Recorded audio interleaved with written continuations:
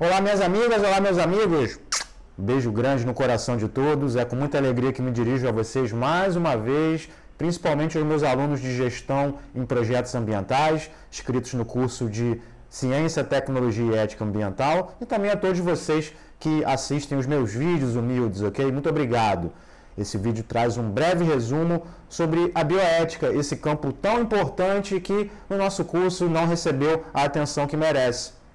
Bem, a primeira razão para isso é que trata-se de um curso de curta duração, portanto não dá para examinar a fundo todos os tópicos presentes na ementa. Em muitos casos, tudo que a gente pode fazer é tentar fornecer uma visão panorâmica, portanto.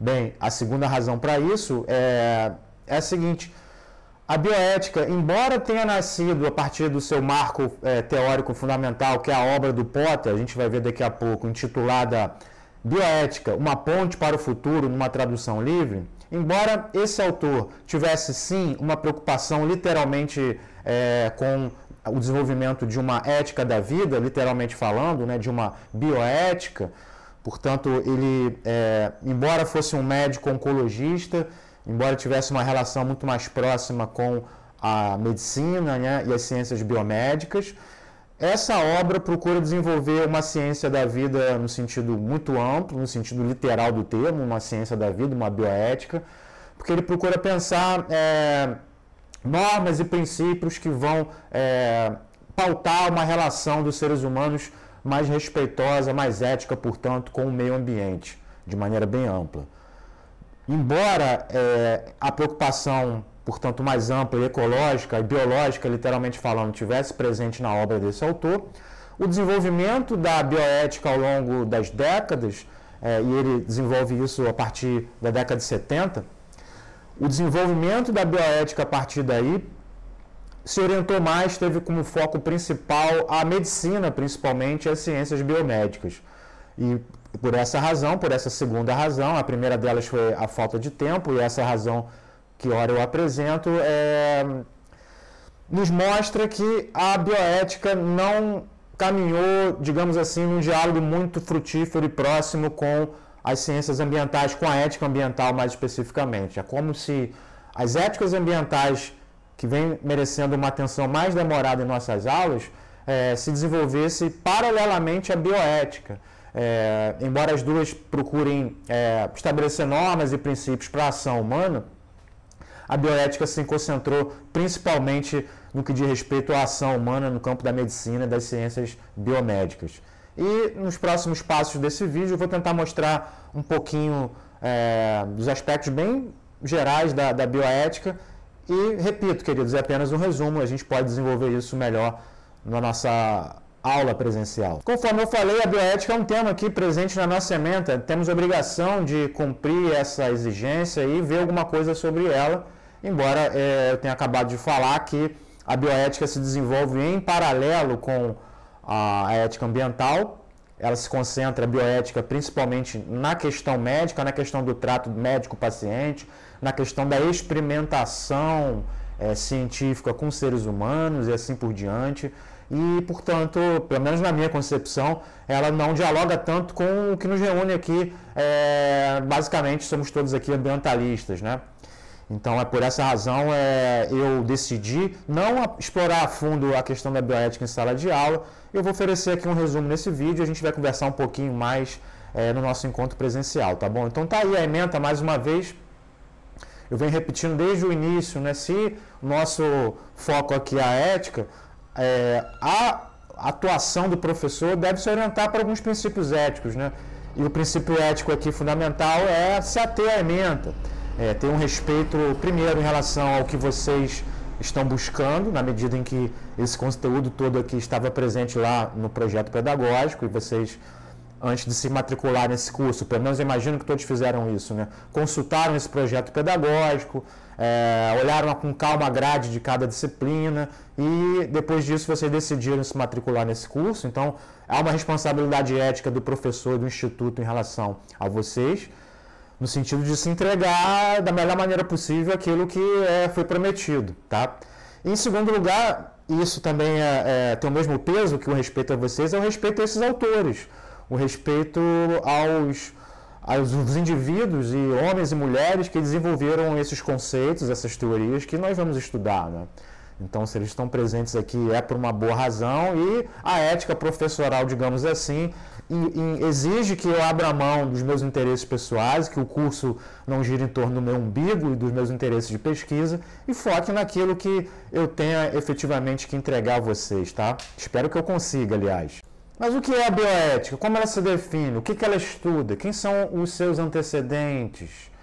A gente examina aqui rapidamente uma definição. A bioética ela nomeia um campo interdisciplinar que trata dos problemas morais suscitados pela medicina, vejam bem, pelas ciências da vida e pelas tecnologias que afetam a vida humana e, em ampliações, a vida não humana e o ambiente. O termo recolhe perguntas normativas. O que devemos fazer? E os procedimentos institucionais criados para esse fim. Criação de comitês, leis, regulamentações. Portanto, é um campo de reflexão que combina moral, direito, clínica médica, ciências sociais, teologia e políticas públicas. Dada essa definição de bioética, você já deve imaginar que ela tem raízes históricas bem mais antigas do que esses marcos que nós vamos comentar ao longo desse vídeo. A bioética, enquanto uma reflexão sobre a vida, literalmente falando, remonta à reflexão da medicina hipocrática, por exemplo, ao juramento de Hipócrates, ao famoso juramento de Hipócrates, a medicina antiga. E, aliás, queridos, só fazer aqui um jabazinho, tá? Quem puder, quem tiver interesse na medicina antiga, eu recomendo que compre essa tradução que eu fiz junto com meu grande irmão Rodrigo Pinto de Brito, professor lá da Rural. Beijo, Rodrigo, para você. E o colega também, Susumu Matsui, lá da Universidade de Brasília. Portanto, esse livro, uma edição bilíngue, inédita em português, traz uma reflexão sobre a medicina, em especial sobre a medicina empírica, sobre a medicina que se desenvolve em paralelo com a culinária. É muito interessante, eu recomendo a vocês. Bem, voltando aqui ao nosso tópico, essa reflexão, portanto, sobre a bioética, a reflexão que a bioética, portanto, envolve, tem raízes bem mais antigas do que esses autores, esses marcos teóricos do século XX. Ela remonta, portanto, a Hipócrates, né? E a tradição também lá de Galeno. E a gente poderia até mais longe, né, queridos? Não ser tão focado nessa tradição ocidental europeia. A gente pode pensar na medicina chinesa, na medicina japonesa também. Todas elas, obviamente, envolvem algum tipo de reflexão sobre os princípios que devem nortear a relação do médico com o paciente, e praticamente em todas elas, na tradição grega pelo menos, esse princípio está fundamentado numa relação de confiança entre médico e paciente, e ela era suficiente a princípio para garantir o caráter ético dessa relação. Bem, no século XX a gente tem uma ruptura muito óbvia, assim como no campo da ética ambiental também, conforme nós já vimos, e aqui o processo é paralelo. Diversos acontecimentos no século XX indicaram que essa maneira tradicional de se pensar a prática médica, a bioética, ela merecia algumas ressalvas, merecia algum aprimoramento. E esses acontecimentos do século XX, todos vocês sabem, o primeiro deles bem, a Segunda Guerra Mundial, né, e a experimentação que se faziam com corpos de prisioneiros, né, na Alemanha nazista, isso gerou um choque muito grande na população do mundo inteiro, e isso levou à criação, em 1947, do Código de Nuremberg. Foi o primeiro marco ético, né, o primeiro momento assim, que se procurou estabelecer um código de ética para pesquisa, né? E ele estabelece, por exemplo, um conceito importantíssimo na pesquisa com seres humanos, que é a questão do consentimento voluntário, né, como uma condição essencial para pautar essa relação do médico com os pacientes, da pesquisa médica com as cobaias, com as pessoas que vão se oferecer para estudos, né? O segundo marco é a Declaração de Helsinki. Ela surge a partir de uma série de denúncias, a partir de uma série de textos e artigos que procuravam denunciar diversos abusos feitos por médicos, feitos pela indústria farmacêutica, no desenvolvimento de vacinas e de pesquisas para remédios com pacientes humanos, né? E isso causou um impacto muito grande. E é muito semelhante, queridos, vocês estão assistindo o curso lá, esses artigos que denunciam a prática médica são muito semelhantes à literatura de alerta ecológico que motivou a reflexão inicial da ética ambiental, conforme nós vimos, né? Enfim, então essas denúncias sobre práticas equivocadas e antiéticas de diversos médicos e da indústria biomédica em geral levou à Declaração de Helsinki em 1964, e é uma diretriz, na verdade, emitida pela Associação Médica Mundial para pesquisas em seres humanos, né? E ela reforça que deve haver algum tipo de proteção de participantes e também reforça que qualquer tipo de pesquisa deve ter alguma revisão ética independente. Um outro marco importante, histórico, nesse rolê todo da bioética, é a Lei de Pesquisa Nacional estabelecida nos Estados Unidos em 1974. Ela criou diversos comitês para supervisionar essas pesquisas que envolvem os seres humanos. E como resultado disso tudo, a gente tem um relatório Belmont de 1979 e ele consolida definitivamente o campo da bioética em 3 princípios fundamentais. A gente vai comentar esses princípios daqui a pouco, que é o respeito pelas pessoas, a beneficência e a justiça na pesquisa biomédica. Tornam-se princípios fundamentais na pesquisa biomédica e na prática médica de maneira geral. Bem, e esses acontecimentos, ao longo desse processo histórico delineado aqui, havia uma reflexão, foi sendo produzida uma reflexão por diversos pensadores. Eu vou comentar basicamente acerca de 2 pensadores, um deles eu já falei, que é o Potter, o outro é o Beauchamp e o Childress, que a gente vai comentar daqui a pouco. E o relatório Belmont, por exemplo, já reflete boa parte dessa reflexão teórica que já vinha sendo produzida a partir do impacto desses marcos, desses acontecimentos, portanto. E temos aqui os 2 marcos teóricos fundamentais da bioética em seu princípio, a partir da década de 70. Um já comentei, que é o Potter, Bioética, uma ponte para o futuro, e vou comentar daqui a pouquinho como uma reflexão mais ampla que envolve ecologia está presente aqui na reflexão do Potter. Mas, como eu falei, a bioética ela passa progressivamente a ter uma ênfase maior na questão das biomedicinas, na questão da medicina especificamente, e um dos pilares desse movimento é esse livro aqui muito famoso, Princípios da Ética Biomédica, do Beauchamp e do Childress. E esse é o marco inicial, esse livro Princípios da Ética Biomédica é o marco inicial da principal perspectiva em bioética. Aliás, a perspectiva que muitos confundem com a totalidade da bioética, que é a perspectiva do principialismo. A gente vai comentar daqui a pouco, né? Princípios da ética biomédica estabelece, portanto, uma doutrina, digamos assim, que se chama principialismo. Ela é fundamentada em 4 princípios básicos que a gente vai comentar daqui a pouco. Todos aqueles marcos históricos que nós vimos no século XX que levaram à formulação da bioética estão presentes na reflexão do Potter. Ele procura dar uma resposta filosófica, uma resposta a esses dilemas. E ele é o primeiro, né, considerado o pai, digamos assim, a pessoa que definiu e popularizou o termo bioética. E ele pensava, antes de tudo, como um projeto interdisciplinar que ia unir saberes biológicos com valores humanos, com a reflexão ética tradicional. E, como eu falei, ele propunha, em termos bem gerais e literais, né, uma ética da vida, literalmente falando, um campo que pudesse integrar a ecologia, a biologia, a medicina, a partir de princípios normativos mais amplos e universais. Ele, portanto, propunha aqui uma união entre a biologia, a ecologia, tudo isso norteado por uma reflexão a partir de valores humanos que pudessem garantir a sobrevivência da espécie humana como um todo. Então, conforme eu falei algumas vezes ao longo desse vídeo, ele tinha um foco, sim, nessa obra, pelo menos, na questão ecológica, na questão ambiental, porque ele pensava na bioética como uma ética de longo prazo, preocupada com a degradação ambiental, sim, com o abuso de recursos naturais e com o equilíbrio da biosfera também.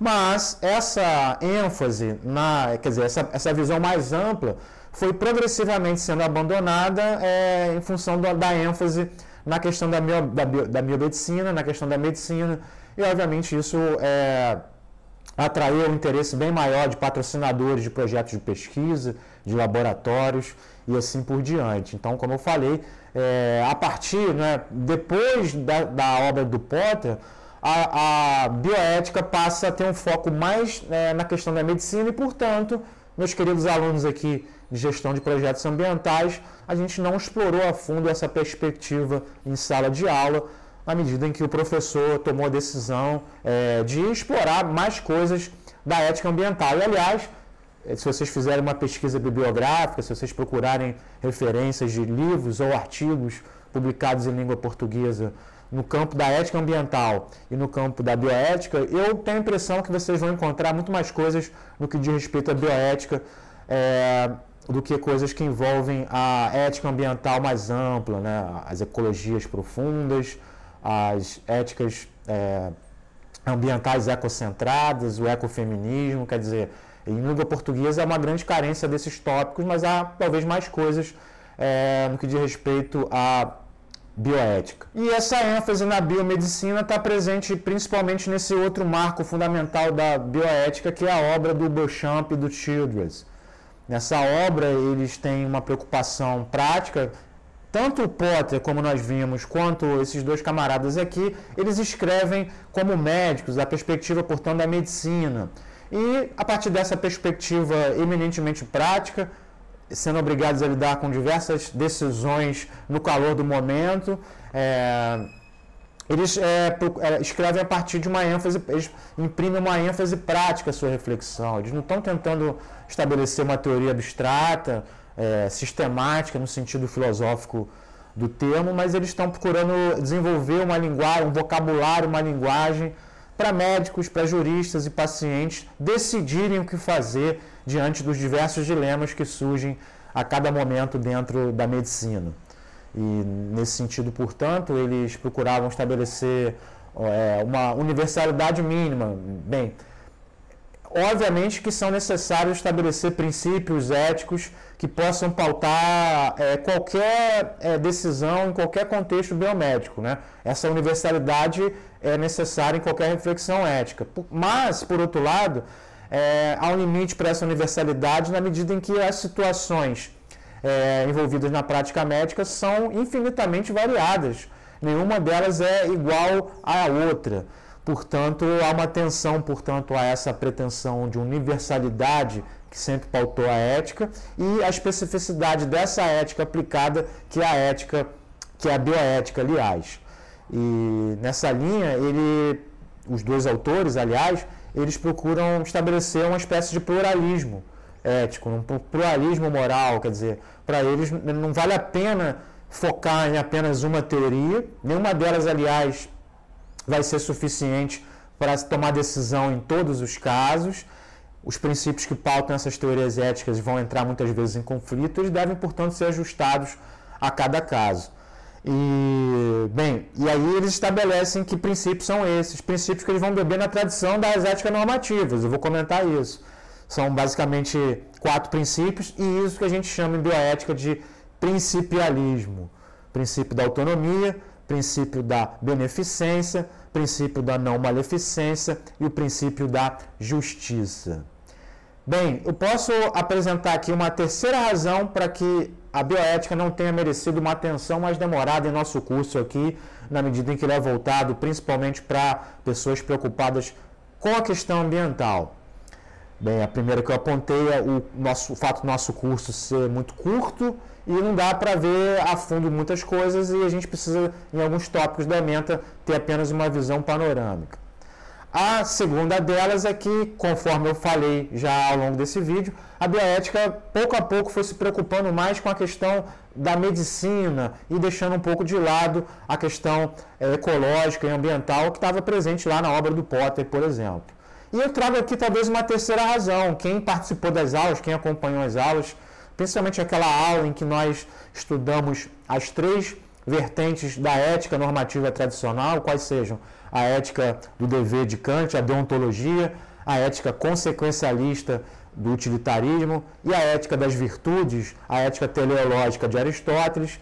Todos vocês que acompanharam essas aulas vão perceber que nesses 4 princípios com perdão da redundância, do principialismo, vocês vão perceber aqui a presença de duas dessas grandes tendências aqui. Eu pergunto a vocês, qual delas? Bem, quem falou que há uma presença forte aqui da deontologia kantiana e uma presença forte também do consequencialismo utilitarista, acertou, porque esses 4 princípios aqui podem ser associados, 2 pares aqui, quer dizer, um par aqui de princípios, autonomia e justiça, tem obviamente uma ascendência kantiana, tem uma ascendência na ética do dever deontológica de Kant, e o princípio da beneficência, da não maleficência, tão presente, por exemplo, revela a herança das éticas consequencialistas e das éticas, aliás, da ética consequencialista do utilitarismo. Bem, quando a gente fala em autonomia, a gente fala na característica que os seres humanos possuem de serem livres, de se autodeterminarem, não é? Os seres humanos, na medida em que são racionais e livres, aliás, a liberdade em função dessa racionalidade, conforme nós vimos, consiste em ser capaz de agir conforme uma lei que eu imponho a mim mesmo. E esse é o princípio básico a partir do qual todas as éticas deontológicas procuram se desenvolver, né? Então, a autonomia de respeito a isso. E a justiça de respeito ao aspecto distributivo, né? Como a partir dessa racionalidade e dessa autonomia de impor a mim mesmo e, por extensão, de impor à sociedade uma lei com pretensões universais, uma norma, portanto, com pretensões universais, a questão da justiça, deontologicamente falando, envolve se estabelecer princípios para distribuir os benefícios e os malefícios e os prejuízos, digamos assim, de tudo aquilo que envolve aqui, no aspecto prático, a prática médica. Então, a autonomia e a justiça, portanto, são desdobramentos da ética do dever, da ética deontológica de Kant. E quando a gente pega aqui o aspecto da beneficência, que está ligado mais ao médico, né? O médico, o que é beneficência? É o dever de se fazer o bem. E o que é a não maleficência? É o dever de se evitar o sofrimento. E a não maleficência está ligada à relação médico e paciente, e a beneficência tem como protagonista principalmente o médico. E a gente vê aqui, queridos, claramente o princípio básico do utilitarismo, que envolve sempre avaliar a ação humana a partir de suas consequências. Por isso que é denominada consequencialismo, ou seja, qualquer ação humana, e mais especificamente aqui, qualquer ação médica, ela deve ser pensada em função da maximização de bem-estar que ela é capaz de produzir e na diminuição de sofrimento que ela também é capaz de evitar, né? Ela vai evitar, portanto, o sofrimento. Então, a gente percebe aqui no princípio da beneficência e da não maleficência um desdobramento, por assim dizer, do consequencialismo utilitarista. Assim, a gente pode encerrar o nosso pequeno vídeo. Ele consiste num breve resumo. Aliás, isso eu acho suficiente. Como eu falei, visto que o nosso interesse aqui é principalmente a questão ambiental, então a bioética ela entra aqui apenas como uma maneira de se cumprir essa exigência presente lá na nossa ementa, né? Então a gente pode terminar relacionando aqui esses princípios bioéticos com seus principais protagonistas. A autonomia está claramente ligada à liberdade que o paciente tem de saber, a obrigação, a exigência, aliás, no que diz respeito ao conhecimento do paciente, de todos os aspectos que envolvem o seu quadro, assim como da família do paciente, né? A questão da justiça envolve o aspecto distributivo, ou seja, como nós devemos criar normas e princípios que vão nos permitir decidir como distribuir os benefícios e também os supostos malefícios, os aspectos negativos decorrentes da prática médica. A não maleficência, o dever a obrigação de não gerar danos, de não fazer o mal, está ligado à prática médica, está ligado ao protagonismo do médico. E a questão da beneficência está ligado a essa relação médico e paciente. Portanto, todos esses aspectos estão interligados e eles devem ser pesados em todas as decisões complicadas no que diz respeito à prática médica. Bem, eu me detive nesse vídeo aqui nos marcos teóricos e históricos iniciais da bioética. É claro que, posteriormente, a gente tem algumas viradas teóricas na bioética. Logo depois do principialismo, a bioética Surgiu uma corrente da bioética centrada em estudos específicos de caso. Depois surgiu também uma corrente denominada empírica dentro da bioética. Ela procura conciliar dados qualitativos com dados quantitativos, ou seja, com pesquisas, com gráficos, com estatísticas, oriundas da sociologia, oriundas da geografia, oriundas, enfim, de vários campos. E também, mais recentemente, a gente vê um diálogo maior com a questão ambiental, né? Uma bioética retornando às suas origens, conforme o Potter delineou lá na Ponte para o Futuro. A gente vê uma bioética mais preocupada em dialogar com as éticas ambientais, mas isso pode ficar para uma outra oportunidade ou para uma conversa na nossa aula presencial, que é sempre tão agradável, tá? Bem, agradeço a paciência, agradeço a quem assistiu até aqui. Mais uma vez, um beijo no coração e obrigado.